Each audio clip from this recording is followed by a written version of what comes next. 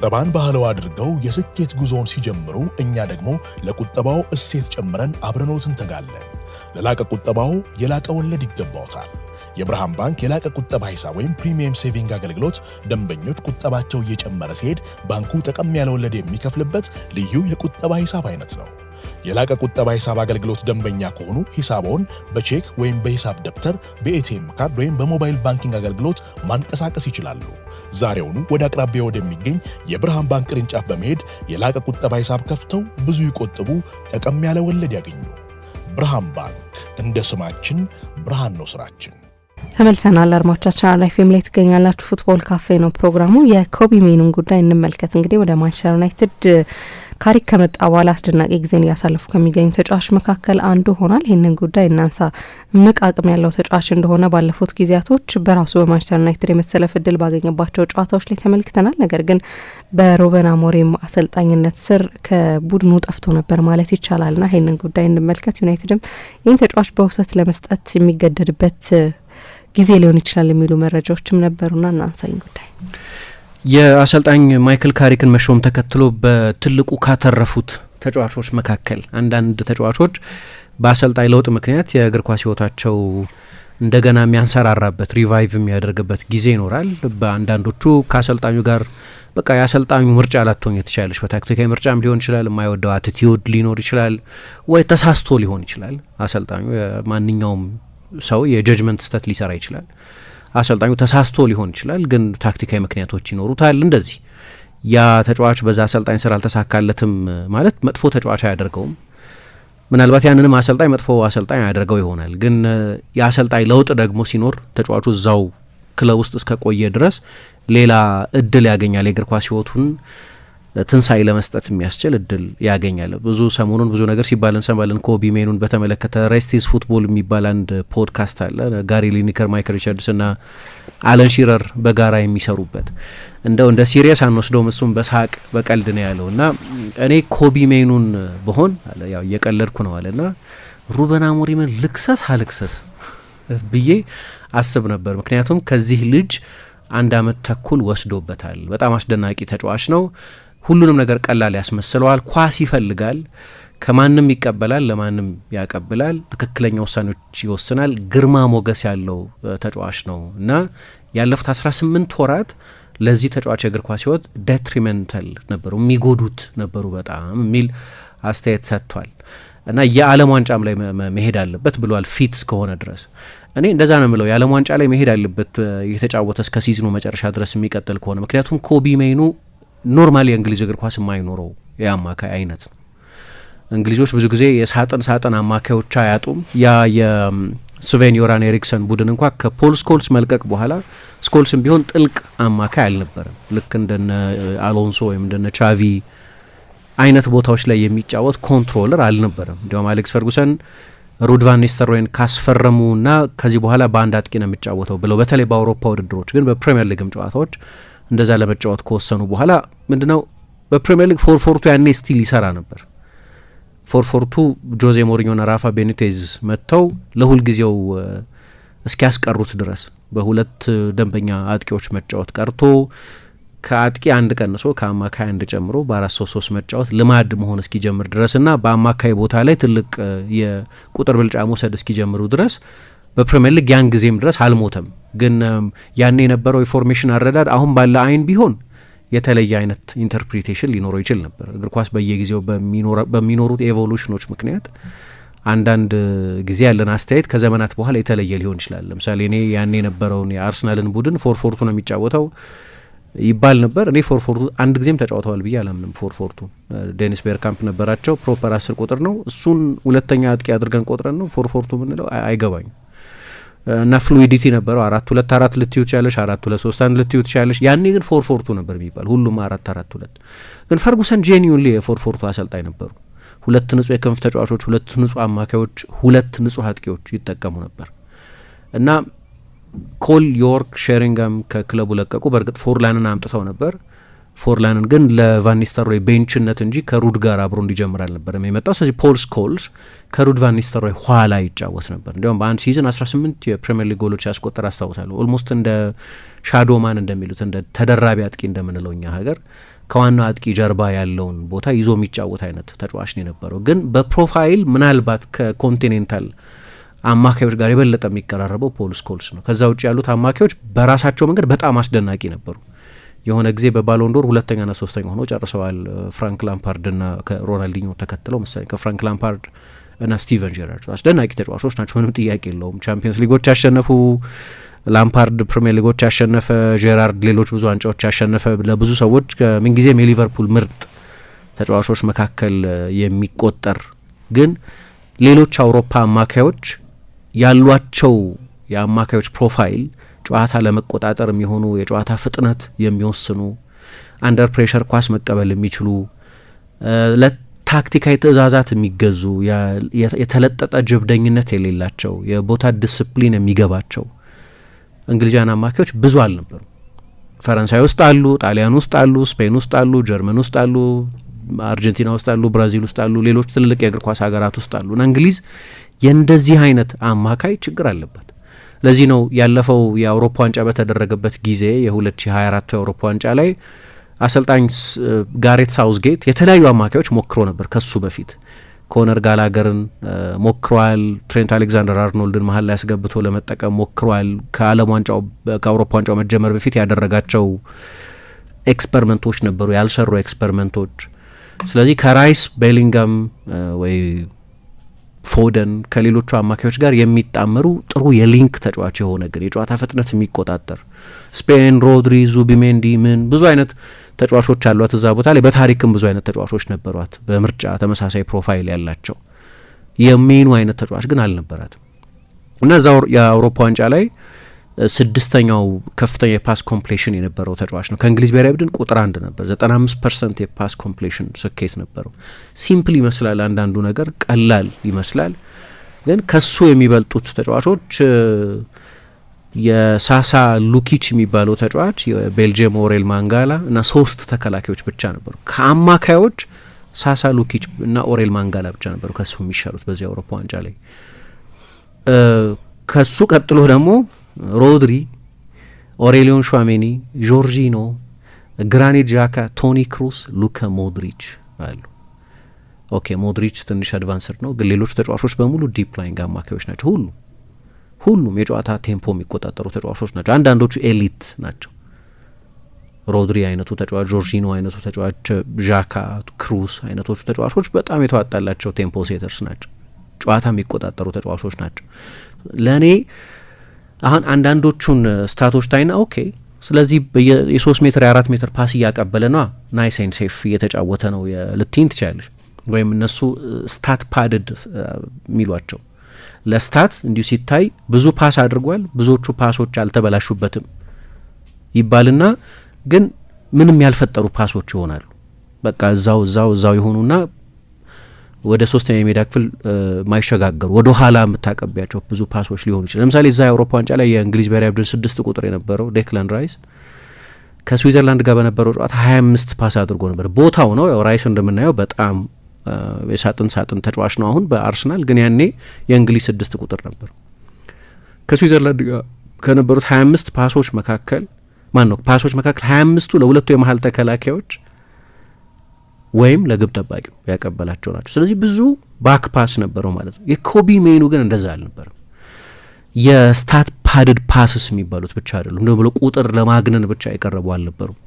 38% የሚሆኑት የእሱ ፓሶች የመጨረሻው 30 ሜትር ላይ የተደረጉ ናቸው፣ ወይም ፋይናል ሰርድ የሚባለው የሜዳ ስፍራ ላይ የተደረጉ ናቸው እና በጣም ግሩም ተጫዋች ሆኖ ግን ደግሞ አደጋ ያላቸውን ፓሶች የሚያደርግ ነው። ለዚህ ነው እኔ እንዲያውም የሆነ ጊዜ አሰልጣኝ ኤሪክ ቴን ሃግ የመጀመሪያ የፕሪሚየር ሊግ ጨዋታ ሲያስጀምሩት ከኤቨርተን ጋር በተደረገ ጨዋታ ነበር ያስጀመሩት። 6 ቁጥር ሆኖ ነው የተጫወተው። አማካይ ተከላካይ እነ ካሰሚሮ ቦታ ላይ ነው የተጫወተው እና እዛ ጨዋታ ላይ ተጫውቶ ነው በጣም ሁሉንም ሰው ያስገረመው።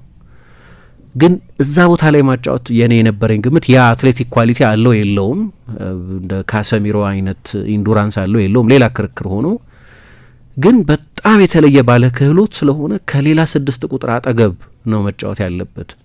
ልክ ክሩስ ከካሰሚሮ አጠገብ እንደሚጫወተው ሌላ አይነት ፕሮቴክሽን አጠገቡ ያስፈልገዋል፣ ነጣቂ ያስፈልገዋል። እሱ ነጣቂ መሆን የለበት። ነጣቂ የምታደርጊው ከሆነ ክህሎቱን መወሰን ይሆናል።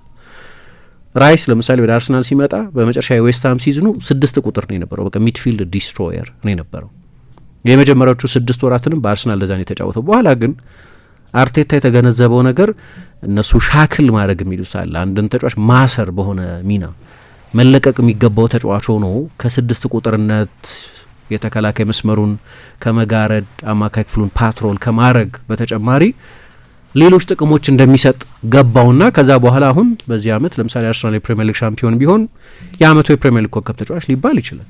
በቻምፒየንስ ሊግ እንደሚኖራቸው ከእንግሊዝ ብሔራዊ ቡድን ጋር እንደሚኖራቸው ጉዞ ደግሞ ሜቢ ስለ ባሎን ዶርም ልናወራ እንችላለን። እንደሚኖረው የወል ስኬት የቡድን ውጤት የሚመሰረት ያ የሆነው ግን የበለጠ ስለተለቀቀ የበለጠ የማጥቃት ተሳትፎ እንዲያደርግ ስለተደረገ አሁን በእርግጥ በሁለት ፒቮት ነው የሚጫወተው ልንለው እንችላለን። አርሰናል ግን የበለጠ የቦክስ ቱ ቦክስ ተጫዋች እንዲሆን ስለተፈቀደለት ነው እንደዛ እየተጫወተ ያለው።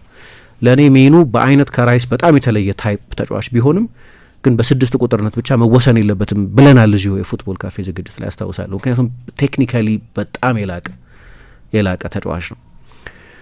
እንደ እድል ሆኖ ግን ሩበን አሞሪም እዚህ ተጫዋች ላይ እምነት አልነበረውም። እንዲያውም በዚህ ውድድር ዘመን ብዙ ጋዜጣዊ መግለጫዎች አንድም ራሱ ተናግሮታል። እንግሊዛዊ ስለሆነ ነው የምትጠይቁኝ አይደለም፣ ሌሎች ተጫዋቾች አሉ የማይሰለፉ ስለ እነሱ አትጠይቁኝም፣ እንግሊዛዊ ስለሆነ ነው አይደል? ኦፍኮርስ እንግሊዛዊ ስለሆነ ይጠየቃል። የእንግሊዝ ጋዜጠኞች ናቸው እነሱ። የእንግሊዝ ብሔራዊ ቡድን በቶርናመንት ውድድር ላይ በኖካውት ጨዋታ በትንሽ እድሜው የተሰለፈ 3ኛው ወጣት ነው። ከሱ ባነሰ እድሜ የተጫወቱት ወይን ሩኒ ና ማይክል ኦወን ብቻ ናቸው። ስፔሻል ተጫዋች ነው። ኦፍኮርስ እዛ የአውሮፓ ዋንጫ ላይ ተጽዕኖ የፈጠረ ተጫዋች ነው። ስለዚህ አንድ እንግሊዛዊ ጋዜጠኛ መጥቶ የዓለም ዋንጫ አመት ነው ለእንግሊዝ በየሳምንቱ የሚጫወት ከሆነ የመጠራት እድሉ በጣም ከፍተኛ ነው። ግን ቶማስ ቱኸል የእንግሊዝ ብሔራዊ ቡድን ኃላፊነትን ከተረከቡበት ጊዜ ጀምሮ ቡድናቸው ውስጥ አካተውት አያውቁም። ከዛ ኢንትረስት ብቻ ተነስቶ አንድ ጋዜጠኛ ቢጠይቀው ትክክል ነው። ሰውየው እንግሊዛዊ ነው ጋዜጠኛው፣ አሰልጣኙ የሚያሰለጥነው እንግሊዝ ውስጥ ነው እና እሱ ችግር አልነበረም። ያው ሩበን አሞሪም ግን በጥያቄዎቹ ደስተኛ ስላልነበር በየፕሬስ ኮንፈረንሱ ምክንያቱም ሩበን አሞሪም እስከተሰናበተበት እለት ድረስ በዚህኛው ሲዝን ይሄ ተጫዋች አንድም የፕሪሚየር ሊግ ጨዋታ አልጀመረም። በአውሮፓ ዋንጫው ሬር እንግሊዝ ያልነበራት የአማካይ ታይፕ አሁን ከሁሉም አማካዮች የተሻለ ነው እያልኩ አይደለም፣ ከማንም ጋር እያወዳደርኩት አይደለም። እንደ ታይፕ ግን እንግሊዝ አዘውትራ የማታፈራው የአማካይ ስፍራ ካራክተሪስቲክስ ያለው ተጫዋች ነው። ስለዚህ መጠየቁ ከዛ መንፈስም የሚነሳ ነው። ለማንቸስተር ዩናይትድ ለምን አልተጫወተም? ለዩናይትድ ውጤት እኮ የመሻሻል ምክንያት ሊሆን ይችላል ምናምን ለዩናይትድ ከመቆርቆር ምናምን የሚነሳ ጥያቄ ላይሆን ይችላል። ለእንግሊዝ ግን ሁሉም እንግሊዛውያን ናቸው። ስለዚህ በእንግሊዛዊነቱ በፓስፖርታቸው ምክንያት ቢጠይቁት እኔ ችግር ነው ብዬ አላስብም። ለነገሩ ግን ይሄ ተጫዋች አንድም የፕሪሚየር ሊግ ጨዋታ አልጀመረም። 212 ደቂቃ ብቻ ነው ሲዝኑን በሙሉ የተጫወተው። ባለፈው የውድድር ዘመን መጨረሻ ላይ 4 ተከታታይ ፕሪሚየር ሊግ ጨዋታዎችን ተጫውቷል። ግን ያኔ ማንቸስተር ዩናይትድ ትኩረቱ በሙሉ ዩሮፓ ሊግ የነበረበት በፕሪሚየር ሊግ የሚመጣ የተለየ ውጤት እንደሌለ ቢያንስ የአውሮፓ ስፍራዎችን እንደማያገኝ ካወቀ በኋላ ፕራዮሪቲ አልነበረም። ዩሮፓ ሊግ ነው ፕራዮሪቲ የነበረው። ወደ ቻምፒየንስ ሊግ የሚመጣ ከሆነም ዩሮፓ ሊግን በማሸነፍ ነው ይመጣ የነበረው። ስለዚህ እነዛ ባለፈው የውድድር ዘመን መጨረሻ አካባቢ የተሰለፈባቸውን የፕሪሚየር ሊግ ጨዋታዎችም በዚህ መነጽር ማየት ያስፈልጋል። ለዩናይትድ ፕራዮሪቲ አልነበረም ፕሪሚየር ሊግ። ስለዚህ እነ ብሩኖውን የሚያሳርፍበት ሌሎቹ በዩሮፓ ሊግ ጨዋታዎች የሚጠቀምባቸውን ትልልቅ ተጫዋቾች የሚቆጥብበት ጊዜ ነው የነበረው። በነ ብሬንፎርድ ጨዋታ ላይ ያየነው አይነት ላይን አፕ ነው ያየነው ያኔ እና በዚህኛው ሲዝን ግን ለማንቸስተር ዩናይትድ ፕሪሚየር ሊግ ፕራዮሪቲ ነው። የአውሮፓ ውድድር ላይ የተሳተፈ አይደለም። ከሊግ ካፕ ቶሎ ነበር የወጣው። ስለዚህ ፕራዮሪቲ ነው። ለዩናይትድ ፕሪሚየር ሊግ ፕራዮሪቲ በሆነበት ጊዜ አሰልጣኝ አሞሪም አንድም ጨዋታ አላሰለፈውም ብቻ ሳይሆን 212 ደቂቃ ብቻ ነው የተጠቀመበት። በአቬሬጅ ከ20 ደቂቃ ያነሰ ነው በጨዋታ ይጫወት የነበረው እንደ ማለት ነው። አሁን ማይክል ካሪክ ከተሾመበት ጊዜ በኋላ 4 ጨዋታዎች ማንቸስተር ዩናይትድ አድርጓል። 4 የፕሪሚየር ሊግ ጨዋታዎች። በቀደም በተጨማሪ ሰዓት ተቀይሮ ከወጣበት ጨዋታ ውጪ ሁሉንም ጨዋታ 90 ደቂቃ ነው የተጫወተው። እሱንም ኦልሞስት 90 ደቂቃ ነው የተጫወተው። 359 ደቂቃ ተጫውቷል በ4 ጨዋታ። በኦልሞስት በሲዝኑ ግማሽ በሩበን አሞሪም 212 ደቂቃ ብቻ ነበር የተጫወተው። ስለዚህ ማወዳደር ነው 212ን ከ359 100% በሁሉም ጨዋታዎች ላይ በአራቱም ጨዋታዎች ላይ ጀምሯል። አሁን አሰልጣኙ በቀደም ያነሳለት አንድ ችሎታ ነበር። እንደዚህ ረጅም ጊዜ ሳትጫወቺ ስትቀሪ 212 ማለት 3 ጨዋታ ማለት 3 ሙሉ ጨዋታ ማለት ነው። ግን እሱም በጣም የተቆራረጡ እና በጌም ስቴት ላይ የተወሰኑ አንደኛው ጨዋታ ላይ 3 ደቂቃ ሲቀሩ አንደኛው ጨዋታ ላይ 20 ደቂቃ ሲቀሩ አንደኛው ጨዋታ ላይ 17 ደቂቃ ሲቀሩ ግን ዩናይትድ የሆነ ጨዋታ ለመለወጥ ሲፈልግ እንደሚተማመንበት አይነት ተጫዋች አልነበረም። በአሰልጣኙ በኩል ምንም ቦታ አልነበረውም። ለዚህ ነው ጃንዋሪ ሲመጣ ተጫዋቹ ሊለቅ ይችላል እየተባለ የነበረው። ቅድም ምሳ መግቢያሽ ላይ ስታነሺ እንደነበረው የዓለም ዋንጫ የሚደረግበት አመት ነው። ስለዚህ የመጨረሻዎቹን 4-5 ወራት ወደ አሰልጣኝ ቱኸል ፕላን ለመመለስ ወደ እንግሊዝ ብሔራዊ ቡድን ፕላን ለመመለስ የግድ መጫወት አለበት። እስካልተጫወተ ድረስ አሰልጣኙ ሊጠራው አይችልም። በዚህ ላይ በማንቸስተር ዩናይትድ ደግሞ ማንቸስተር ዩናይትድ አንድ ውድድር ላይ ብቻ ስለሆነ እየተወዳደረ ያለው ሮቴት ማድረግም አይችልም። ለምሳሌ አምና ቢያንስ ዩሮፓ ሊግ ነበር። ስለዚህ በዩሮፓ ሊግ ወይም በሌላ የአውሮፓ ውድድር ቻምፒየንስ ሊግ ወይ ኮንፈረንስ ሊግ ወይ ብቻ የትኛውም የአውሮፓ ውድድር ይሁን እዛ የአውሮፓ ውድድር ላይ የተሳተፈ ቢሆን ወይ በሌሎቹ የጥሎ ማለፍ ውድድሮች ላይ የሊግ ካፕ ወይ የኤፍ ኤ ካፕ ውድድሮች ላይ ማንቸስተር ዩናይትድ ቢኖር በነዛ ጨዋታዎች ላይ ሊፈራረቅ ይችላል፣ ሮቴት ሊደረግ ይችላል ይባላል። ይሄኛው የማንቸስተር ዩናይትድ ትኩረት ግን አንድ ጨዋታ በሳምንት ማድረግ፣ አንድ የፕሪሚየር ሊግ ጨዋታ በሳምንት ማድረግ ነው እና የአሰልጣኙ ምርጫ አይደለም። እንደውም አሰልጣኙ እድል የለህም የሚል መልእክት ሲያስተላልፍ ለቦታው የሚፎካከረው ከብሩኖ ፈርናንዴዝ ጋር ነው። ከብሩኖ ጋር አብሮ መጫወት አይችልም ብሎ እንደሚያምን አይነት። አሁን ባለው ሁኔታ ብሩኖ ፈርናንዴዝን ኮቢ ሜኑ አይደለም ማንንም ተጫዋች ሊያስቀምጠው አይችልም አሁን። ስለዚህ ለሜኑ የምታስተላልፊው መልእክት በቃ ማታሸነፈው ፉክክር ውስጥ ነው ያለው እንደማለት ነው። ልትሰለፍ ከፈለክ አንድ መንገድ ብቻ ነው ያለው፣ ብሩኖን አስቀምጥ የሚል አይነት። የማንቸስተር ዩናይትድ አምበል ነው፣ የማንቸስተር ዩናይትድ ሁለመና ነው በቅርብ ዓመታት ብሩኖ ፈርናንዴዝ። ስለዚህ መልእክቱ ውስጠ ወይራ ነው፣ ግልጽ ነው። አትጫወትም የሚል ነው። ከብሩኖ ጋር ነው የምትወዳደረው፣ ምክንያቱም ብሩኖ አሁን ሴንትራል አማካይ ነው እና ሜኑም ሴንትራል አማካይ ነው። ከብሩኖ ጋር ነው የሚፎካከረው ማለት ከብሩኖ ጋር አብሮ አይጫወትም፣ ብሩኖን ማስቀመጥ አይችልም እንደማለት ነው።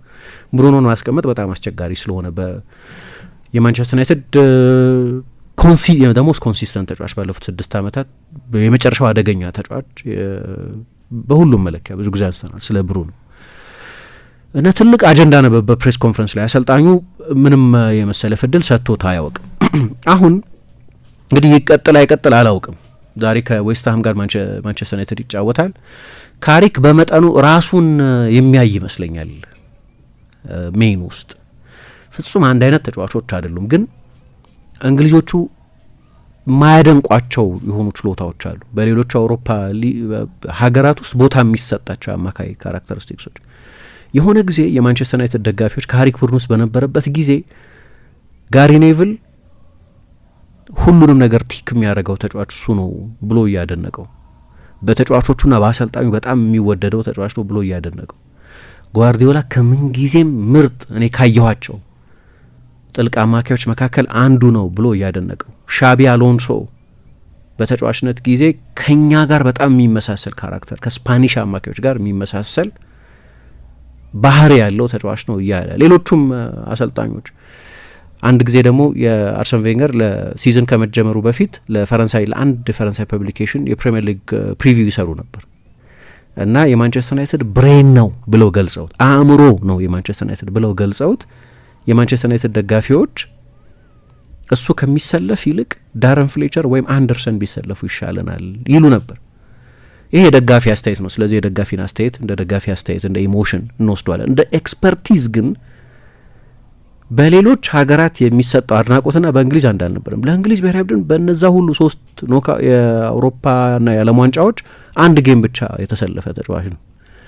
በእንግሊዝ ኤክስፐርቶችም በእንግሊዝ ፋንደምም በእንግሊዝ ፕሬስም የማይደነቅ ሌሎች የአውሮፓ ሰዎች ግን ተጫዋቾች፣ አሰልጣኞች የሚያደንቁት አይነት ተጫዋች ነው የነበረው። ምክንያቱም ለእንግሊዞች በቃ ጀብደኛ የሆነ ሯጭ እና አንደርሰንን እና እንደ ዳረን ፍሌቸርን የሚፈልጓቸው በጣም በራሳቸው መንገድ ጥሩ ተጫዋቾች ናቸው፣ መጥፎ ተጫዋቾች አይደሉም። በተለይ ፍሌቸር፣ አንደርሰንም የሆነ ጊዜ በጣም ብዙ ተስፋ ተጥሎበት ከፖርቶ ማንቸስተር ዩናይትድ ሲያመጣው አንድ አይነት ተጫዋቾች አይደሉም፣ ግን በጸጉር ስታይሉም በሀገሩም ምክንያት አዲሱ ሮናልዲኞ ተብሎ ነው የመጣው። በራሱ መንገድ የሆኑ በጣም ጥሩ የተጫወተባቸው ጥሩ ሲዝን ያሳለፈባቸው ጊዜያት ነበሩ። ግን ካሪክ በካራክተሪስቲክሱ ምክንያት ቀዝቃዛ ነው፣ የበለጠ ሴሬብራል ነው፣ አይሮጥም፣ ፓሶቹ በቃ ፓሰር ነው። አሌክስ ፈርጉሰን ማንቸስተር ዩናይትድን ወደ አውሮፓ ውድድሮች ለማሸጋገር የካሪክ መፈረም በጣም አስፈላጊ ነበር። ለምሳሌ የ2005-6 ሲዝን ሲጀመር ማንቸስተር ዩናይትድ አንድ ተጫዋች ነው ያስፈረመው። ለ3 አመት ዋንጫ አልወሰደም ማንቸስተር ዩናይትድ የፕሪሚየር ሊግ ዋንጫ አልወሰደም። በ3 አመት አንድ ኤፍ ኤ ካፕ ነው የወሰደው። የመጀመሪያ አርሰናል ኢንቪንሲብል ሻምፒዮን በሆነበት ጊዜ 3ኛ ሆኖ ጨረሰ። የጆዜ ሞሪኞ ቡድን በመጣበት ጊዜ 3ኛ ሆኖ ጨረሰ። ለትልልቅ ዋንጫዎች መፎካከር አቁሞ ነበር። ኢቭን ፈርጉሰንን በተመለከተ ሞሪኞ፣ ቬንገር፣ ቤኒቴዝ ደግሞ ቻምፒየንስ ሊግ ወስደው ነበር በመሀል። እነዚህ የአውሮፓውያን አሰልጣኞች ናቸው የበለጠ ሞደርን አሰልጣኞች። ስለዚህ ማንቸስተር ዩናይትድም ምናልባት ወደ እንደዚህ አይነት የዘመኑ አሰልጣኞች ፊቱን ማዞር አለበት የሚሉ ሰዎች ነበሩ በዛ ጊዜ። በጣም የተጋነነ የጮኸ ድምጽ ባይሆንም ግን ነበሩ፣ እንደዚህ አይነት ዲስኮንቴንት ነበር። ስለዚህ ማንቸስተር ዩናይትድ እንደገና ወደ ዋንጫ ለመፎካከር የ2005-2006 ሲዝን ሲጀመር ፈርጉሰን ሁለት ሜጀር ውሳኔዎች ወስነዋል። አንደኛው ሩድ ቫን ኒስተልሮይ 20 የሊግ ጎል አስቆጥሯል በዛ ጊዜ፣ ግን ከነ ሮናልዶ ጋር ስምምነት አልነበረውም። ልምምድ ሜዳ ላይ ተደባድበዋል ተባለ። ሮናልዶ እንደ ቤካም ኳስ አይሰጠኝም አለ ምናምን ተብሎ ወደ ሪያል ማድሪድ እንደሄድ ሆነ። በእርግጥ በማድሪድ በመጀመሪያው ሲዝን ፒቺቺውን ማሸነፈ፣ ላሊጋ ማሸነፈ። ለሱ ጥሩ ነበር፣ ግን ለማንቸስተር ዩናይትድ የበለጠ ጥሩ ነበር። ማንቸስተር ዩናይትድ ፍሮንት ፎሩን የበለጠ ከፊክስድ አጥቂ ይልቅ የሚዋልል የአጥቂ መስመር እንዲኖረው እድል ሰጠ። ክርስቲያኖ ከዛ የ2006 የዓለም ዋንጫ በኋላ ነው የመጣው። የ2005-2006 ሲዝን ማለት ነው። ከዛ የዓለም ዋንጫ በኋላ ነው የመጣው። ሩኒ እየበለጠ እየጎለበተ የነበረበት ጊዜ ነው። ትንሽ ቆይቶ ቴቬዝን ጨምረዋል። ሳሃ ነበራቸው። ሳሃ እንደ ሩድ ቫን ኒስተልሮይ ፊክስድ ሳይሆን ሞባይል ተጫዋች ነው። ወደ ቻና ለመውጣት ይችላል፣ ወደ ኋላ መሳብ ይችላል። ስለዚህ ለነ ሮናልዶና ሩኒ ፋሲሊቴተር መሆን ይችላል። ይሄ አንድ ትልቅ ውሳኔ ነው። ሁለተኛው ትልቅ ውሳኔ ማይክል ካሪክን ማምጣት ነው። ብቸኛው ፈራሚያቸው ማይክል ካሪክ ነው። 18.6 ሚሊዮን ኦኬ፣ በጊዜው ትልቅ ነው፣ ግን ከሰጣቸው ጥቅም አንጻር 12 ዓመት ነው የተጫወተው ለማንቸስተር ዩናይትድ። በጣም የሚገርም ኢንቨስትመንት ነበር። በእርግጥ በቶተናም በጣም አሪፍ ነበር። የመጨረሻው ሲዝን ላይ ቶተናምን ለቻምፒየንስ ሊግ ለማድረስ አንድ ጌም ነበር የቀረው የማርቲን ዮል ቶተናም ውስጥ። ከዛ በኋላ ማንቸስተር ዩናይትድ 3 ተከታታይ ዓመታትን የፕሪሚየር ሊግ አሸናፊ ሆነ። በመጨረሻም ቻምፒየንስ ሊግ አሸነፈ። ረጅም ጊዜ ጠብቀዋል ቻምፒየንስ ሊግም እንደገና መልሶ ለማሸነፍ። እሱ ብቻ ሳይሆን ከ4 ሲዝን በ3ቱ ቻምፒየንስ ሊግ ፋይናል ተጫወቱ። 2008፣ 2009፣ 2011 ቻምፒየንስ ሊግ ፋይናል ተጫወቱ። የካሪክ ሚና ሊያንስ አይችልም እዚህ ውስጥ። ካሪክ እንደ ካራክተር ግን የሜኑ አይነት ባህሪያትም የነበሩት ተጫዋች ስለሆነ ምናልባት ከሩበን አሞሪም የተሻለ የሜኑን ካራክተሪስቲክስ የዛው ቦታ ተጫዋች ስለነበር የበለጠ ያው ሩበን አሞሪምም የዛ ቦታ ተጫዋች ነበር፣ አማካይ ነበር በእርግጥ። እሱም ግን ካሪክ የበለጠ አፕሪሺየት ያደረገው ይመስላል። እና ልክ እንደመጣ በላይናፕ ደረጃ ካየሹ ለውጥ እኮ ያደረገው አንድ ለውጥ ነው ከአሞሪም ቡድን አንድ ወይ ሁለት ለውጥ። የፎርሜሽን ለውጥ አድርጓል። የፎርሜሽን ለውጥ አደረገ ማለት እያንዳንዱ ሚና ተለወጠ ማለት ነው። የ10 ተጫዋቾች ሚና ተለወጠ ማለት ነው። በቃ ዊንግ ባክ የለም፣ ፉል ባኮች ነው ያሉት። ሴንተር ባኮቹ በሶስት የመሀል ተከላካዮች ሲስተም አይደለም የሚጫወቱት፣ በሁለት የመሀል ተከላካዮች ሲስተም ነው የሚጫወቱት። ደብል ቴን የሚባል የለም፣ አንድ 10 ነው ያለው ብሩኖ። ፎርሜሽኑ መለዋወጡ በሙሉ የለወጣቸው ነገሮች አሉ። አማድ ዊንግ ባክ ነበር፣ ስለዚህ አሁን ዊንገር ሆኗል፣ የክንፍ ተጫዋች ሆኗል። ሉክሾ 3ኛ የመሀል ተከላካይ ነበር፣ የቀኝ መስመር ተከላካይ ሆኗል። ዳሎ የቀኝ መስመር ዊንግ ባክ ወይ ግራ መስመር ዊንግ ባክ ነበር፣ የቀኝ መስመር ተከላካይ ሆኗል። የፎርሜሽን ለውጥ ብቻውን እያንዳንዱን ተጫዋች ሮል ለውጦታል።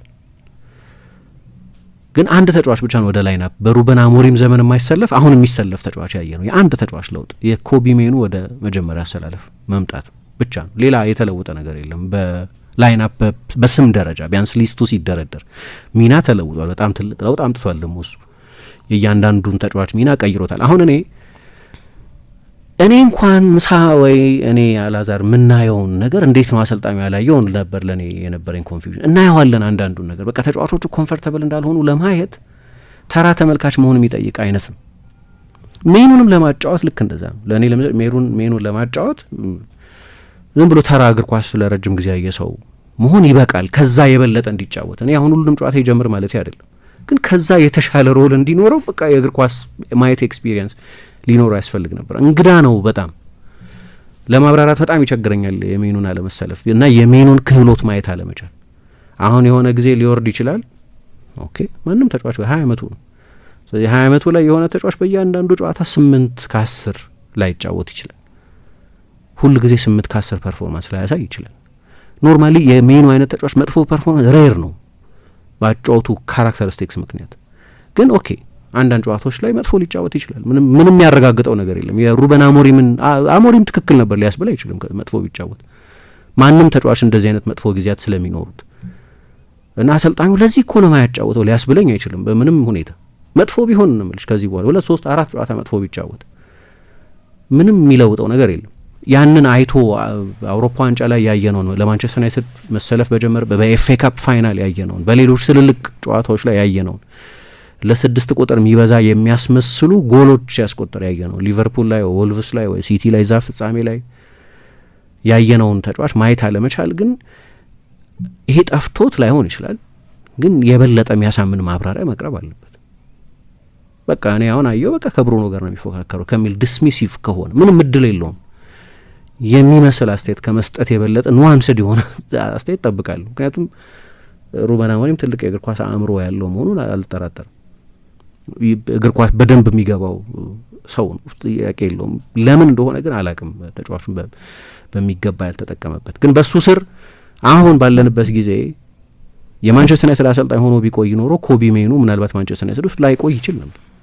ጃንዋሪ ሲመጣ ተጫዋቹ ለመልቀቅ አጂቴት ሊያደርግ ይችል ነበር። በውሰት ሊሂድና ሊጫወት ሊል ይችል ነበር። ምክንያቱም አንዳንድ ተጫዋቾች ያጠቅሟቸዋል። ለምሳሌ በቅርብ ጊዜ ከማንቸስተር ዩናይትድ የለቀቁ ተጫዋቾች ለቀው የእግር ኳስ ህይወታቸውን እንዲያንሰራራ ማድረግ እንደሚችሉ አሳይተዋል። ሆይሉንድ እንደዛ አድርጓል በጣሊያን፣ ማክቶሚናይ እንደዛ አድርጓል በጣሊያን፣ አንቶኒ በስፔን እንደዛ አድርጓል። በሳምንቱ መጨረሻ አትሌቲኮ ማድሪድ ላይ ሌላ በጣም ግሩም ጎል አስቆጥሮ ቤቲስ አትሌቲኮ ማድሪድን ከሜዳ ውጭ አሸንፏል። ራሽፎርድ ወደ እንግሊዝ ብሔራዊ ቡድን ተመልሷል። ወደ ባርሰሎና ከሄደ በኋላ ብዙ ጨዋታዎች ይሰልፋል። ሁሉንም አይጀምር ቢሆንም ግን የበለጠ ከፍተኛ ሮል አለው ባርሰሎና ውስጥ። ከዛ በፊትም የነበሩ ከማንቸስተር ዩናይትድ ከለቀቁ በኋላ የእግር ኳስ ህይወታቸው ያንሰራራ ተጫዋቾች አሉ፣ ዲማሪያ፣ ዴፓይ እያለ ሌሎችም ተጫዋቾች። ስለዚህ ይህንን ስለሚያውቅ ማንቸስተር ዩናይትድ ውስጥ በተለይ ደግሞ ማይጫወት ከሆነ ዋትስ ዘ ፖይንት? አሰልጣኙ እድል የለህም የሚለው ከሆነ ምንድነው ትርጉሙ? ማንቸስተር ዩናይትድ ውስጥ መቆየት ሊለቅ ይችል ነበር ጃንዋሪ ላይ። አሰልጣኙ መልቀቅ የሚፈልግ ከሆነ ወደ ቢሮ ይምጣና ያነጋግረኝ ምንም ችግር የለውም ብሎ ፍቃደኛ እንደሆነ ተጫዋቹ ቢለቅ የሚመስል። አሁን እኔ እንትኑን ሲምቦሊክ ዋጋውን ሳልጠቅስ ነው የዩናይትድ እስከ 6 ዓመቱ ጀምሮ በዩናይትድ ውስጥ ያደገ ነው። ማንኩኒያን ነው። ለማንቸስተር ዩናይትድ መጫወት ማለት ምን ማለት እንደሆነ ከ6 ዓመቱ ጀምሮ እየገባው የኖረ ልጅ ነው። እሱ ደግሞ ኢንታንጀብል ኳሊቲ የምትዩ ነው። ከውጪ ከምታመጪው ተጫዋች ማታገኛቸው ነገሮች አሉ። በደጋፊውና በክለቡ መካከል እንዳለ ድልድይ ተደርጎ ሊቆጠር ይችላል። የትሬንት አሌክዛንደር አርኖልድ መልቀቅ ለሊቨርፑል ደጋፊዎች የአንድ ደህና ተጫዋች መልቀቅ ብቻ አይደለም፣ የአንድ ስካውሰር መልቀቅ ነው። ለማንቸስተር ዩናይትዶችም ቢሆን ልክ የትሬንት አይነት ስኬት በማንቸስተር ዩናይትድ ባይኖረውም ገና የእግር ኳስ ህይወቱ ጅማሬ ላይ ቢሆንም ነገር ግን እንደዚህ አይነት ሲምቦል ደግሞ ያለው ነው። ዩናይትድ ከሚኮራባቸው ብዙ ጊዜ ስለ ማንቸስተር ዩናይትድ ዲኤንኤ ይወራል እና ምንድነው የማንቸስተር ዩናይትድ ዲኤንኤ ተብሎ ሲብራራ ከሚነሱት በኩራት ከሚጠቀሱት መካከል አንደኛው በበዝቢ ቤቢስም በፈርጊ ቤቢስም ዘመን ይሁን ማንቸስተር ዩናይትድ ሁልጊዜ ከአካዳሚ ባወጣቸው ተጫዋቾች ትልልቅ ግሎሪዎች ነበሩት። ስለዚህ ተጫዋቾች ገዝቶ ያመጣል። ግን ከአንዱ የማንቸስተር ዩናይትድ ትልልቅ የኩራት መነሻዎች መካከል አንደኛው በዩናይትድ አፈራሽ ተጫዋቾች፣ በክለቡ አካዳሚ ባለፉ ተጫዋቾች፣ በከተማይቱ ልጆች፣ በሰፈሩ ልጆች የተገነባም ነው የሚል እንግዲህ ሰር ማት በዝቢ ዩናይትድ የምንጊዜም ትልቅ አሰልጣኝ ከሆኑት ከሁለቱ አንደኛው ናቸው ከአሌክስ ፈርጉሰን ጋር። ሁለቱም ቤቢስ ነበሯቸው፣ ፈርጊ ቤቢስ እና በዝቢ ቤቢስ። ስለዚህ ለዩናይትድ የአካዳሚ ተጫዋች በተለይ ዛ ላሉት ደጋፊዎች የዛው አካባቢ ሰዎች በመሆናቸው ምክንያት ልዩ ትርጉም አለው። እሱን ትቼ ነው ያንን ኢንታንጂቢሊቲ ትቼ ነው። ለዚህ ነው አሁን በሊቨርፑል አካባቢ አንድ ብርክ አለ፣ አንድ ፍርሃት አለ ከርትስ ጆንስ ከለቀቀ የሚል። ከርትስ ጆንስ ጀማሪ ተጫዋች አይደለም ለሊቨርፑል፣ የስኳድ ደህና የስኳድ ተጫዋች ግን ቡድን ውስጥ ያለ ብቸኛው ስካውሰር ነው። አሁን ሊቨርፑል ያለ ስካውሰር ምንድን ነው የሚል ጥያቄ አለ። ለዚህ ነው ለነሱ አንዳንዶች ተጫዋቾች የሲምቦሊክ ዋጋ ያላቸውም ተጫዋቾች ናቸው። ሜኑን እዛ ምድብ ውስጥ ልታስቀምጥ ይችላል። ምክንያቱም ሌላ ብዙ ተጫዋች የለም ከዩናይትድ አካዳሚ የወጣ ተጫዋች። ራሽፎርድ ለቋል፣ ግሪንውድ ለቋል፣ ሌሎች የአካዳሚ ተጫዋቾች ነበሩ በተለያየ ምክንያት። ግን በጣም ጥሩ ተጫዋች ነው ደግሞ እንደ ተጫዋች በዛ ምክንያት መሰለፍ አለበት ማለት አይደለም። በቀደም ለምሳሌ ከቶተንሃም ጋር የነበረው ጨዋታ ላይ የቶተንሃም ጨዋታ ቶተንሃም ለረጅም ጊዜ በቁጥር አንሶ መጫወቱ የአንዳንድ የተጫዋቹን ስታቶች የበለጠ ሊያገናቸው እንደሚችል ይገባኛል። ግን እንደዚያም ሆኖ ቶተንሃም ጆ ፐሊኛ፣ ኮነር ጋላገር እና ሳር አትሌቲክ ፊዚካል አማካዮችን ነው ይዞ የገባው። ቀላል አይደለም ከእነዚህ አማካዮች ጋር መጫወት።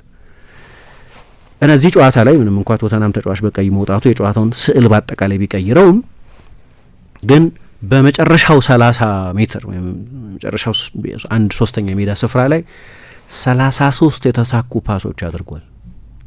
ከ35 ፓሶች 33 የተሳኩ ፓሶች አድርጓል። ይሄ ደግሞ እሱ በፕሪሚየር ሊግ በቴንሃግ ዘመን ይሁን ለጥቂት ጊዜ በተጫወተበት በአሞሪም ዘመን ይሁን በአንድ ጨዋታ እንደዚህ አድርጎ አያውቅም። በጣም ከፍተኛው 21 ነው። የተፈታ ተጫዋች እንደሆነ ያሳያል። እዛ ላይ ከብሩኖ ፈርናንዴዝ ቀጥሎ ብዙ ትልልቅ የጎል እድሎችን የፈጠረው ተጫዋች እሱ ነው። አሲስትም ሰጥቷል። የመጀመሪያው ጎል ሲቆጠር ለብራያን ምቤሞ የአጭር የማዕዘን ምት ነበር። ግን በዛ ጨዋታና በተጫዋችነቱ ታሪክ ብቻ ሳይሆን በሳምንቱ መጨረሻም 10 የፕሪሚየር ሊግ ጨዋታ ተደርጓል። በየትኛውም ጨዋታ አንድ ተጫዋች በመጨረሻው 30 ሜትር ወይም ፋይናል ሰርድ ወይም በሜዳው 1/3 እንደዚህ አይነት ብዙ ፓስ ያደረገ ተጫዋች አልነበርም። ብዙ ትራፊክ ባለበት በተጣበበ የሜዳው ስፍራ ኮንጀስትድ በሆነ የሜዳው ስፍራ ነው ከ35 ፓሶች 33 የተሳኩ ፓሶች ያደረገው። ለዚህ ነው ቅድም የአውሮፓ ዋንጫ ላይ የነበሩትን የስታቶች ማብራራት የፈለግኩት። ለዚህ ነው ዝም ብለው ስታቶች አልነበሩም። አብዛኞቹ ትርጉም ያላቸው የማንቸስተር ዩናይትድን ማጥቃት በሜትሮች ወደፊት የሚገፉ የበለጠ ወደ አደገኛ ቀጠና እንዲደርስ የሚያደርጉ ፓሶች ናቸው። እነዛ ፓሶች ያ ጨዋታ ትዕግስት የሚጠይቅ ነው። ምክንያቱም የቶተንሃም የመከላከል ባህሪ የበለጠ ይቀየራል። ግን አንድ ካሪክ ከዛ ጨዋታ በኋላ ያነሳውና በጣም ዋጋ የምሰጠው ነገር ለ6 ወር አንድ ተጫዋች ካልተጫወተ እንግዲህ ሜይ ነው አይደለም ያለፈው ሲዝን መጨረሻ የዩሮፓ ሊግ ፋይናል ላይ አልተጫወተም። ኦኬ ግን ከዛ በኋላ ባሉት ወራት ከሜይ ጀምሮ እስካሁን ድረስ 8-9 ወር በ8-9 ወር 3 ጨዋታ ገደማ ብቻ በሊግ ያደረገ ተጫዋች የሚያጋጥመው ትልቁ ችግር የሪትም ችግር፣ ከፉክክር ጨዋታ ረጅም ጊዜ የራቀ ተጫዋች ስለሆነ የማች ፊትነስ ችግር፣ 90 ደቂቃ የመጨረስ ችግር፣ ከጨዋታ ፍጥነት ጋር አብሮ የሚሄድ ችግር ይገጥመዋል። እዛ የሲቲ ጨዋታ ላይ በጣም አስደናቂ ነበር። የማንቸስተር ደርቢ ላይ አስደናቂ ነበር። የሪትም ችግር አልገጠመውም። እኔ እሱም በጣም አስገራሚ ነው። ከዛ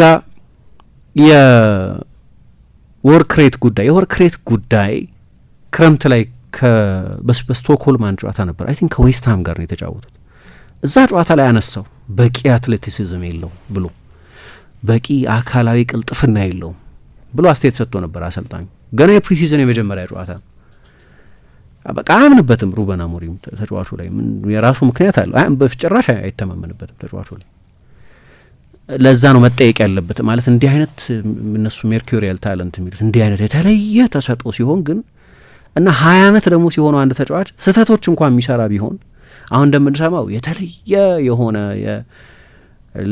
ልታይ ማለት የሚወድ አይነት ካራክተር አይደለም። ጭምት አይነት ካራክተር ነው። አሰልጣኞች አላቅም እንግዲህ አሁን እኛ እዛ ቢልዲንግ ውስጥ ስላልሆነን በየቀኑ ያላቸውን ኢንተራክሽን ስለማናቅ ሁሉንም እውቀት አለን ማለት አይደለም። ስለሱ ከተጻፉ ነገሮች በመነሳት ልንል እንችል ይሆናል እንጂ ግን እስካሁን ድረስ ከሰማ ነው ግራውንድድ የሆነ በማንቸስተር ዩናይትድ ሁሉም የእድሜ እርከን ቡድኖች ውስጥ አምበል የሆነ እና እንደ መሪ የሚታይ በጥሩ ስነ ምግባሩ የሚደነቅ አይነት ተጫዋች ነው የነበረው። አሁን አንዳንድ ጊዜ ዲስረፕቲቭ ልትሆኝ ትችላለች። ባህሪሽ የፓርቲ ህይወት የምትወጂ ከሆነ አሰልጣኙ ካንቺ የሚፈልገው የስራ ትጋት ከሌለሽ፣ ዲስፕሊንድ ካልሆንሽ፣ እነዚህ ምክንያት በፈለገ ባለ ተሰጥኦ ብትሆኚ አሰልጣኙ እንዳያጫውቱሽ ሊያደርግ የሚችሉ ምክንያቶች ናቸው። ስለሚሆኑ እንደዛም ብዙ አንሰማም ወይ እንግዲህ ያልሰማነው ያላወቅነው ነገር ከሌለ በስተቀር አሁን ስታዩ የሃይላይት እነዚህ የሃይላይት ፓኬጅ ላይ ወይ ሪሎች ላይ ብዙ ላታገኛቸው ትችላለች በሲምፕሊሲቲ ምክንያት። ካሪክም እንደዛ ነው የነበረው። ካሪክን አይተሽ ኦኬ አንዳንድ ጎሎች አሉት ግን አልፎ አልፎ የሚመጡ ናቸው። ስለዚህ ሃይላይቶች ላይ ካሪክ እንደዛ ነው። የሆነ እልፍ ያለ ሰው ነው። በጣም በማስተዋል የተጫዋቾች እንደዚህ አይነት ተጫዋቾችን ዋጋ በመገንዘብ የሚያዩ ሰዎች ካልሆኑ በስተቀር ፕሬሱ እንኳን ስንት ፓንዲቶች ስንት ኤክስፐርት ጸሐፊዎች ምናምን ያሉት እንኳን ቶሎ ለመቀበል ቸግሮት ነበር። የካሪክን ነገር ቶሎ ለመቀበል ቸግሮት ነበር። አንዳንዶች ተጫዋቾች እንደዚህ ናቸው። የሃይላይት ሪል ላይ የሃይላይት ፓኬጅ ላይ ሆነ ብዙ አታገኛቸው። ሜኑም ሜቢ እንደዛ ሊሆን ይችላል። የሆነ ጨዋታ ስታይ የሆነ የ40 ሜትር ጎል አስቆጥሮ ላታዩ ትችላለች፣ ወይ የሚደንቅ ፓስ ሰጥቶ ላይሆን ይችላል። ግን ሁልጊዜም ቡድኑን ቲክ እንዲያደርግ የሚያደርግ በጣም አስፈላጊ ግሉ ነው። ኮኔክት የሚያደርግ አይነት ተጫዋች ነው። አሁን ከሱ ወደ ኋላ ያሉ ተጫዋቾች በአብዛኛው ዲፌንሲቭ የሆኑ 5 ተጫዋቾች አሉ። ከሱ ፊት በአብዛኛው የማጥቃት ተጫዋቾች የሆኑ 4 ተጫዋቾች አሉ። ሁለቱን ዲፓርትመንቶች ኮኔክት የሚያደርግ ኮኔክተር አያያዥ አይነት ተጫዋች ነው የነበረው ነውም እንደዛ አይነት ተጫዋችም ነው እና በቅርብ ጊዜ ደግሞ የሱ ወደዛ አይነት አሰላለፍ መግባት ብሩኖን ወደፊት እንዲጠጋ አደረገው። ብሩኖን ወደ በለጠ ወደሚመቸው ቦታ ተጠግቶ እንዲጫወት አደረገው። ግን ቅድም በስቶክሆልም ስለ አትሌቲሲዝሙ አንስቷል ስል እንግዲህ ሌላ አይነት ነገር እያነሳ ሊሆን ይችላል። አሰልጣኙ ብዙ ኪሎ ሜትር መሮጥ ብቻውን በቂ አይደለም። ግን በዚህ ውድድር ዘመን 4 የፕሪሚየር ሊግ ጨዋታ ነው ያደረገው ጀምሮ በእያንዳንዱ ጨዋታ በአማካይ 12.9 ኪሎ ሜትር ሮጧል እና ከሁሉም የማንቸስተር ዩናይትድ ተጫዋቾች ብዙ የሚሮጠው እሱ ብዙ ይሮጣል፣ ብዙ ኪሎ ሜትር ከቨር ያደርጋል። አንደኛ ነው በዚህ ሲዝን ተቆራርጦ የተጫወተባቸውንም ደቂቃዎች በገባበት ደቂቃ የነበረውንም ብታይ ግን እንደው አሰልጣኙ እኮ ስለ እንትን ብቻ ሳይሆን ስለ ሃይ ኢንቴንሲቲ ሩጫዎችም ነው እያነሳ ያለው ካልሽ ደግሞ በሃይ ኢንቴንሲቲ ሩጫ ደግሞ ሁለተኛ ነው። ጆግ እያደረገ ዝም ብሎ የሶምሶማ ሩጫ ምናምን እያደረገ ምንም ስፕሪንት ከሌለው ስፕሪንት እንዲያደርግ አይጠበቅም። ለነገሩ ሴንትራል አማካይ የበለጠ የክንፍ ተጫዋቾች የፉል ባኮች ወይም የ9 ቁጥሮች ካራክተር ነው ስፕሪንት ማድረግ የእሱ ሊሆን አይችልም አልፎ አልፎ ካልሆነ በስተቀር። ስለዚህ በስፕሪንት እና በስፕሪንት ድግግሞች የምትለኪው ተጫዋች አይደለም። ግን የሀይ ኢንቴንሲቲ የፕሬሸር ወይም ሩጫዎች ምናምን የምትለኪ ከሆነ ሁለተኛ ነው በዛ። ለዛ ነው ትንሽ ለመገንዘብ የሚያስቸግረኝ በዛ ልክ ዋጋ የሌለው ተጫዋች ተደርጎ የመቅረቡ ነገር እና በባለፈው የፉልሃምም ጨዋታ በተመሳሳይ ተጫዋቹ በሶስተኛ ሜዳ ስፍራ ላይ ከ35 ፓሶች 32 ፓሶችን በትክክል አቀብሎ ነበር። ለታለመላቸው ተጫዋቾች አቀብሎ ነበር እና አሁን ምንም ጥያቄ የለውም የአሰልጣኝ ለውጥ በጣም ከጠቀማቸው ዘግይቶም ቢሆን ወደ ቶማስ ቱኸል ፕላን ለመካተት እድል ካላቸው ተጫዋቾች መካከል አንደኛው ነው። ወደ ዩናይትድ አካዳሚ እንዳደገ በመጀመሪያው ሲዝን ኤፍ ኤ ካፕ አሸንፎ አይደለም እና አንድ ምስል ነበር ታስታውሺ እንደሆነ የፍጻሜ ጨዋታ ከተደረገ በኋላ አሌሃንድሮ ጋርናቾን እና ኮቢ ሜኑን አሰልጣኙ ይዘው የወደፊቱ የማንቸስተር ዩናይትድ ሲምቦል ሊሆን የሚችል ፎቶግራፍ የሚመስል አንድ ፎቶግራፍ ወይ የቪዲዮ ምስል ያየን ነበር። ግን ደግሞ ሌላም ጨዋታ ላይ አንድ ጨዋታም ላይ ጎል ተቆጥሮ ወደ አንደኛው የሜዳ ስፍራ ሄደው ሆይሉንድ ራሱ ኮቢ እና ጋርናቾ አንድ ፎቶግራፍ ነበራቸው። ብዙ ፕሮሚስ ነበር በዛ ሲዝን። መጥፎ ሲዝን ነው ግን በመሀል የታየ ፍንጣቂ ከነበር የወጣቶች ተጫዋቾች ከሁሉም ደግሞ ኮቢ ላይ የነበረው ኤክስፔክቴሽን በጣም ከፍተኛ ነው እና በዛው አመት በዩናይትድ ለቡድኑ ወጣት ተጫዋች የሚሰጥ ሽልማት አለ፣ ጂሚ መርፊ የወጣት ተጫዋቾች ሽልማት የሚባል የዛን ሽልማት አሸነፈ እና ሰዎች ይህንን ሽልማት ማሸነፍ እኮ በዩናይትድ ስኬታማ የመሆን ዋስትና አይደለም። ምክንያቱም በቅርብ ጊዜ ሜሰን ግሪንውድ ይህንን ሽልማት አሸንፈዋል፣ አንቶኒ ኤላንጋ ይህንን ሽልማት አሸንፈዋል፣ አሌሃንድሮ ጋርናቾ፣ ዳኒ ዌልቤክ ይህንን ሽልማት አሸንፈዋል እና ይህንን የጂሚ መርፊን ሽልማት ካሸነፉ ተጫዋቾች መካከል ዘለግ ላለ ጊዜ በቡድን ውስጥ የቆየው ተጫዋች ማርከስ ራሽፎርድ ነው። ግን እሱ ወደ ባርሰሎና ሄዷል በ27 ዓመቱ። ከዚህ በኋላም ወደ ዩናይትድ ይመለሳል ተብሎ አይጠበቅም። ግን ይህንን ሽልማት አሸንፎ ለመጨረሻ ጊዜ የተሳካለት ተጫዋች ቬስ ብራውን 14 ሲዘን በማንቸስተር ዩናይትድ ውስጥ ቆይቷል። ከ360 በላይ ጨዋታዎች አድርጓል። 13 ዋንጫዎች 5 ፕሪሚየር ሊጎችን ጨምሮ አሸንፏል። የዛ የምንም ነገር ማረጋገጫ አይደለም። ስለዚህ ሜኑም ላይሳካለት ይችላል የሚል አስተያየት የሚሰጡ ሰዎች ነበሩ። እንግዲህ ካሪክ ላይዘልቅ ይችላል። እንዲህ እያሸነፈ የሚቀጥል ከሆነ ምርጫ ያላቸው አይመስለኝም። ስራውን ለሱ መስጠታቸው አይቀርም። ምክንያቱም ቻምፒየንስ ሊግን የሚያሳኩት ይመስላል። አሁን 5 ቡድኖች በቻምፒየንስ ሊግ ይሳተፋሉ በሚቀጥለው በዚህኛው ሲዝን በድጋሚ የእንግሊዝ ቡድኖች በአውሮፓ ውድድሮች ያላቸው ስኬት ያቺን ተጨማሪ ቦታ ይሰጣቸዋል። ከ8 ቡድኖች 5ቱ በቻምፒየንስ ሊግ ከ1 እስከ 8 ያለው ስፍራ ላይ የእንግሊዝ ቡድኖች ስኬት ለማንቸስተር ዩናይትድ ነው የሚጠቅመው ማለት ነው። ወይ አንድ ተጨማሪ ስሎት እንዲኖር ያደርጋል በብዙ ርቀት በሄዱ ቁጥር። አምና አርሰናል ሴሚፋይናል ባይደርስ ኖሮ ያቺ ተጨማሪ አንድ ስሎት ላትኖር ትችል ነበር በቻምፒየንስ ሊግ። 5 ቡድኖች መሳተፋቸው የሚሰጠው ጥቅም እሱ ነው። ከዛ በፊት ሪያል ማድሪድ ቻምፒየንስ ሊግ ሲያሸንፍ ወይ በሌሎች ውድድሮች የስፔን ቡድኖች ብዙ ርቀት ሲሄዱ 5ኛው ቦታ ለስፔኖች ነበር የተሰጠው። በዶርትሙንድ ፋይናል ሲል እንደዚህ ብቻ ኮኤፊሽንቱ ይለዋወጣል እና ካሪክ የማንቸስተር ዩናይትድ አካዳሚን ዋጋ ማወቁም አንድ ጠቃሚ ነገር ነው። ምክንያቱም ሩበን አሞሪም አንድ ትልቅ ታሪክ አለው። ስፖርቲንግ ሊዝበን ተመሳሳይ ሞዴል ነው ከሞላ ጎደል። ከማንቸስተር ዩናይትድ ጋር አንድ አይነት ነው ማለት አይደለም፣ ግን ልክ እንደ ዩናይትድ ሁሉ የአካዳሚ ተጫዋቾችን በማፍለቅ የሚኮራ አይነት የሚያኮራም ታሪክ ያለው ክለብ ነው። በኋላ እዛው እንደ ኑኖ ሜንዴሽ አይነት ተጫዋቾች አጎልብተዋል። ሌሎችም ከአካዳሚ የወጡ ተጫዋቾችን አሁን ከዓለም ቤስት ፉልባኮች አንደኛው ነው። ከውጭ በግዢ የሚመጡ ተጫዋቾችንም ቢሆን እንደ ቪክቶሪዮ ኬሬስ አይነቶችንም ተጫዋቾች ሌሎችንም ተጫዋቾች አጎልብቷል። ይሄ ችሎታ ያለው ተጫዋች ዩናይትድ ውስጥ አልደገመውም በአንዳች ምክንያት እንጂ ያ ከዚህ በፊት የሰራውን ስራ ሁሉ ዲስሚስ የሚያደርግ አይደለም። አሰልጣኙ በተመለከተ ግን ሜኑ የሚቀጥል ከሆነ ማነው ካሪክ ለሜኑ አይነቱም ተጫዋች ነው በጣም ጥሩ የሚሆነው። በተለይ ስለ አካዳሚ ብዙ ይገነዘበዋል ያልኩበት ምክንያት ዩናይትድ ፈርኒቸር ውስጥ በተጫዋችነት ስለነበር ነው። ማንቸስተር ዩናይትድ ከኦክቶበር 1937 ጀምሮ ለ88 ቀን ለ88 ዓመት በእያንዳንዱ የቡድን ስብስብ ውስጥ ቢያንስ አንድ ከአካዳሚ የወጣ ተጫዋች ስኳድ ውስጥ ይኖራል። ላይጀምር ይችላል ግን ይኖራል ሁልጊዜ። አሁን ይህንን ፕሪዘርቭ የማድረግም ኃላፊነት አለ እና በቅርብ ጊዜ እሱ መሰለፍ ከጀመረበት ጊዜ ጀምሮ በአንዳንድ በጣም ጠቃሚ በሆኑ ካቴጎሪዎች ከዩናይትድ ቁልፍ ተጫዋቾች መካከል አንደኛው ነው። ለምሳሌ ብዙ የተሳኩ ፓሶች በማድረግ ብሩኖ ብቻ ነው የሚበልጠው በጠቅላላው። ብዙ ታክሎች በማድረግ ብሩኖ ብቻ ነው የሚበልጠው። ብዙ ኳሶች በመንካት ብሩኖ ብቻ ነው የሚበልጠው። አሁን እነዚህ በጣም ወሳኝ ሜትሪኮች ናቸው፣ አማካይ የሚለካባቸው ሜትሪኮች ናቸው። ሁሉም ላይ ብሩኖ ቀዳሚ መሆኑ የሚያስገርም አይመስለኝም ብሩኖ ስለሆነ። ግን በሶስተኛው የሜዳ ክፍል ብዙ ፓሶች በማድረግም በብሩኖ ብቻ ነው የሚበለጠው። በአንድ ጊዜ መጥቶ ትራንስፎርም ያደረገ ተጫዋች ነው እና የእሱ በሰሞኑን ጥሩ ብቃት ማሳየት እንደ ሪማይንደር ነው ማየው። ያው አንዳንዴ የተጋነኑ ንጽጽሮች ይኖራሉ። ግን ፖል ስኮልስ መጀመሪያ አካባቢ ምን ይል ነበር? ኳስ ሲቀበል ያለው ግሬስ ግርማ ሞገስ ዚዳንን ያስታውሰኛል። አሁን እንደ ዚዳን ነው ማለቱ አይደለም። ዚዳን ከዚዳን ጋር በተመሳሳይ አንቀጽ ለመጠራት የበለጠ ብዙ አመታት የሚቆይ ስኬት ሊኖረው ያስፈልጋል። ስለ ካራክተሪስቲክስ ነው የሚያወራው ስኮልስ። እንደዚህ አይነት አድናቆቶች ይሰጡት የነበረ ተጫዋች ነው። ልክ እንደ ስኮልስ በሀፍተርን ይዞራል። ስኮልስ አንዱ ልዩ ኳሊቲው በግማሽ ዞሮ ኳስ ይቀበላል። ከዛ በሰከንድ ውስጥ የተጋጣሚ ቡድን ቦክስ ውስጥ ነው ያለው። በተለይ ወጣት በነበረበት ጊዜ በኋላው የበለጠ ፓሰር ሆነ። ከካሪክ ጋር ጠለቅ ያለ አማካይ ሆኖ ሲጫወት ግን መጀመሪያ አካባቢ ልጅ ሆኖ እንደዚህ አይነት ቅድም እንዳነሳሁት በአንድ ሲዝን 18 ጎል ሁሉ አስቆጥሮ ያውቃል ከዋናው አጥቂ ኋላ ተጫወቱ። ያኔ ሰከንደሪ ስትራይከር ነበር፣ በኋላ ዲፕ አማካይ ነው። ሁለት የተለያዩ ቦታዎች ላይ በጣም የተዋጣለት ተጫዋች ነበር።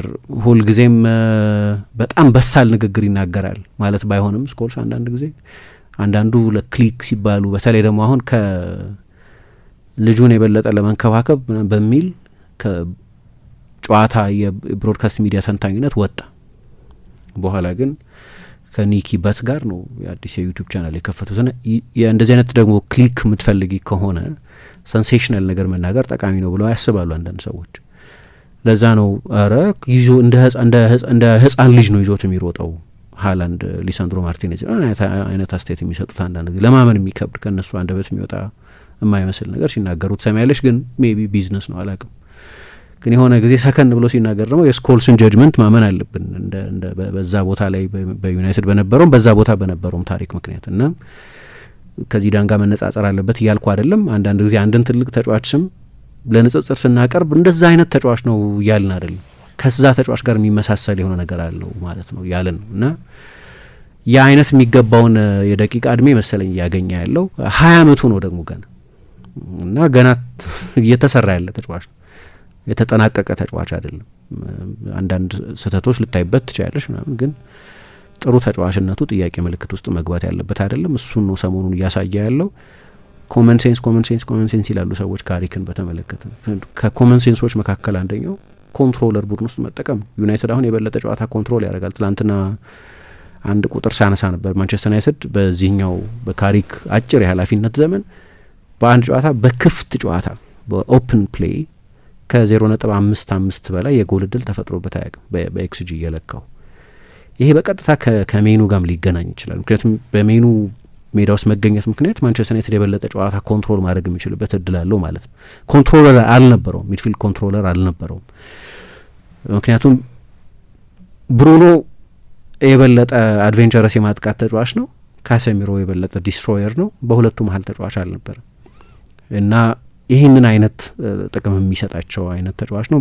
ለእኔ በእግር ኳስ እንደሚወድ ኮቢን ስፔሻል ተጫዋች ነው ብሎ በቶሎ እንዳመነ ሰው እዛ የፕሪሲዝን ጨዋታ ላይ ከአርሰናል ጋር በተደረገ ጨዋታ ነው አይደለም፣ በማግስቱ ፕሮግራም ስለሱ የሰራ ነው። በቃ ወዲያው እንዳየሹ በመጠኑ እግር ኳስ የሚገባሽ ከሆነ ቶሎ አይደንቲፋይ የምታደርገው አይነት ተሰጥኦ ነው እና ሲጫወት ለማየትም ኢንጆይ ማድረገው ተጫዋች ስለሆነ እየተጫወተ ስለሆነ ደስ ይለኛል እና ካሪክ ያንን አድርጓል።